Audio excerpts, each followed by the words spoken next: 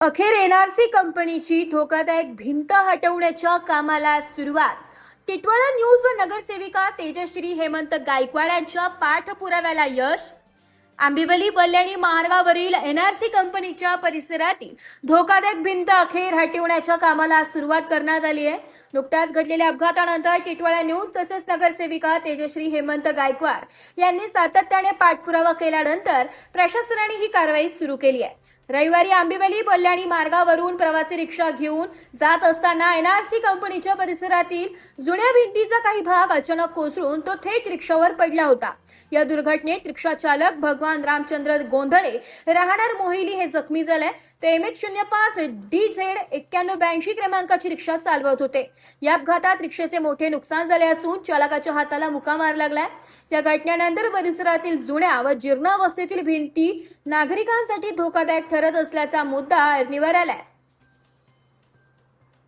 नागरिकांनी तातडीने पाहणी करून धोकादायक भिंती हटवण्याची मागणी केली होती।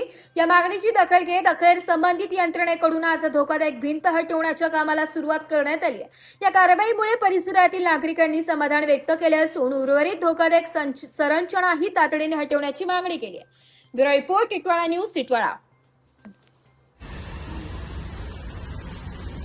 नमस्कार। आज आपल्याला या रिक्षा स्टँडवर आणि सर्व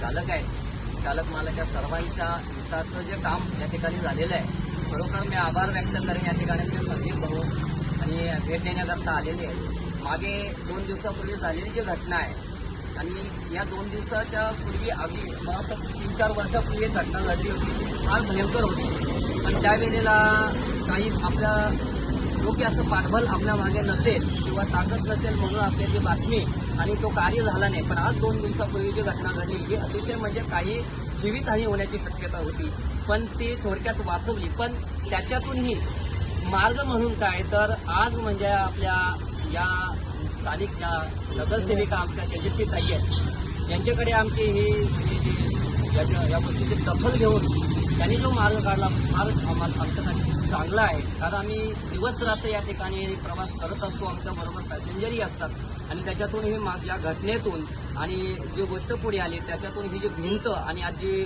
तोडली जात आहे ही फार आपल्या सर्वांच्यासाठी फार चांगली गोष्ट आहे। याकरता आमच्या सर्व रिक्षाच्या वतीने आम्ही तेजस्वी ताईंचे फार फार आभार व्यक्त करतो।